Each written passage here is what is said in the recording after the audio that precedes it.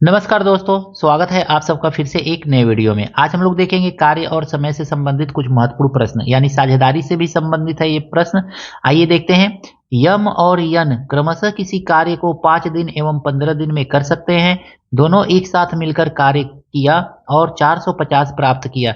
इसमें यन का हिस्सा ज्ञात कीजिए। यन का हिस्सा कितना होगा? 112 रुपया 50 पैसा, 115 रुपया 50 पैसा, 121 रुपया 50 पैसा या 130 रुपया। कमेंट करके बताइएगा कि इसका आंसर क्या होगा। आइए हम लोग देखते हैं पहला क्वेश्चन। पहला प्रश्न कहा गया है, रमन मदन गगन किसी कार्य को क्रमशः 20 दिन, 25 दिन और 30 दिन में कर सकते हैं। तीनों ने मिलकर कार्य किया और 3700 प्राप्त किया। गगन का हिस्सा क्या है? सबसे पहले देखेंगे ना तो ये है रमन। दूसरे हैं कौन? तो मदन है, लिख लीजिए मदन। और तीसरे जो हैं ये हैं आपके गगन, तो गगन। ठीक है। अब देखेंगे रमन जो है कार्य करते हैं 20 दिन में, वही कार्य मदन जो है 25 दिन में करते हैं और गगन जो है उसी कार्य को 30 दिन में करते हैं। इन तीनों का हमको क्या करना है ना, एलसीएम निकाल लेना है दोस्तों।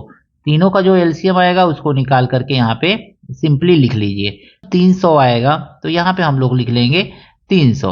एलसीएम निकाल लीजिए। इसके बाद अब इसके कार्य क्षमता देखिए कि इनकी कार्य क्षमता क्या है। यानी ये 300 कार्य है, 20 से इसको भाग देंगे तो कितना आएगा? 20 से कन्ने 20, 10, 20, 25, 100, 15 आया। इससे 25 से भाग देंगे तो कितना आएगा ये? तो 25 से कन्ने 25, 25 दूनी 50, 12 आ गया। 30 से भाग देंगे तो ये आ जाएगा आपका 10। यानी इनकी कार्य क्षमताएं कितनी है? तो रमन जो है एक दिन में 15 काम करेगा, मदन 12 काम करेगा और गगन जो है एक दिन में 10 काम। कार्य क्षमता के अनुसार ही उनको पैसा भी मिलेगा। तो अब देखेंगे तीनों की कार्य क्षमता एक दिन का कितना हो गया, तो ये हो जाएगा 37। अब हमसे पूछा जा रहा है कि ये कौन कौन गगन का हिस्सा पूछा जा रहा है। तो गगन यहाँ पे 10, इसकी कार्य क्षमता 10 है तो लिखेंगे 10। ठीक है, 10 लिखेंगे। और टोटल कितना कार्य किया इन्होंने एक दिन में? तो 37। और कितने पैसे का बंटवारा करना है? 3700 का। तो 3700 से इसमें मल्टीप्लाई कर लेंगे तो गगन का हिस्सा हमको सिंपली मिल जाएगा। 37 से जब इसको काटेंगे तो 100 बार में कटेगा और 100 से 10 में मल्टीप्लाई करेंगे तो ये आ जाएगा आपका 1000 रुपया। यानी गगन का हिस्सा कितना है? 1000 रुपया है। Option number A. अगला प्रश्न है, रिया और ममता किसी कार्य को क्रमशः 10 दिन, 15 दिन में कर सकती हैं। यदि दोनों एक साथ कार्य करके 450 रुपया कमाती हैं तो ममता का हिस्सा है। यहाँ पे देखेंगे ना तो रिया लिख लेंगे, रिया। और दूसरी कौन है? तो दूसरी है ममता, ममता। रिया कितना दिन में काम को करती है? तो रिया जो है 10 दिन में काम करती है और ममता जो है 15 दिन में कार्य को समाप्त करती है। अब अगर में देखेंगे ना तो दोनों का एलसीएम निकालेंगे 15 और 10 का तो ये आ जाएगा 30। यानी कि कुल कार्य 30 हो गया। रिया की कार्य क्षमता, यानी रिया एक दिन में कितना काम करेगी? तो 10 तिहाई 30, 3 काम करेगी। और ममता जो है एक दिन में कितना काम करेगी? तो 15 दूनी 30, 2 काम करेगी।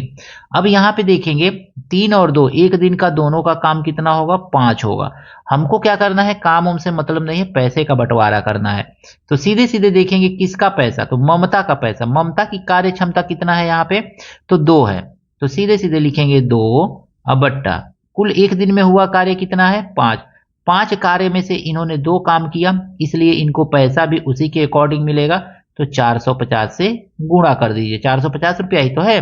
अब देखेंगे 5, 5 नवा 45, 90 आया और 90 का 2 में मल्टीप्लाई कर दीजिए तो ये आ जाएगा 180 रुपया।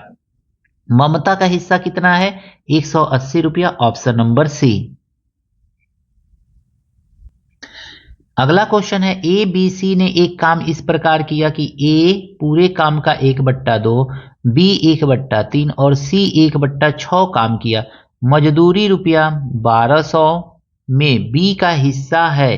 देखिए ये कार्य दिया हुआ है, क्षमता, कार्य क्षमता दे मतलब कितना कितना काम किया है उन्होंने, ऐसे दिया हुआ है।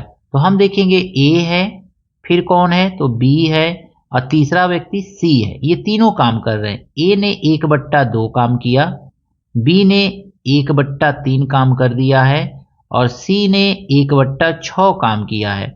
अगर मैं नीचे डिनोमिनेटर का हम एलसीएम निकालेंगे 2 कामा 3 कामा 6 का, तो एलसीएम इसका हमको कितना मिलेगा दोस्तों?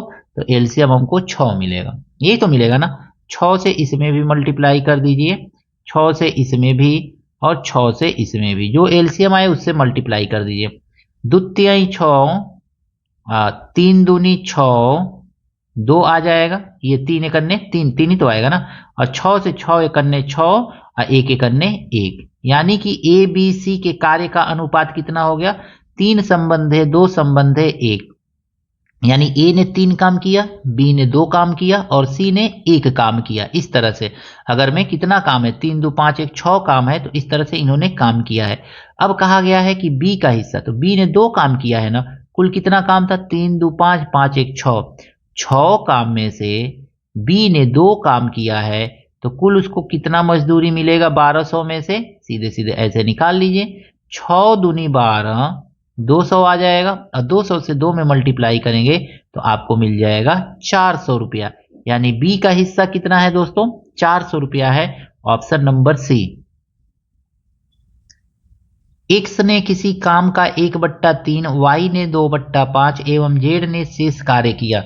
सबसे पहले देखेंगे जेड ने काम कितना किया है, तो जेड बराबर लिखेंगे कुल काम 1 होगा, 1 में से एक्स ने किया है 1/3 और वाई ने किया है 2/5। इस तरह से अब इसको सॉल्व करेंगे तो जेड का काम हमको मिल जाएगा सीधे सीधे 1 माइनस 3 पचे 15 और 5 एकन्ने 5 और 3 दूनी 6, 5 6 11, इतना ही तो आएगा ना।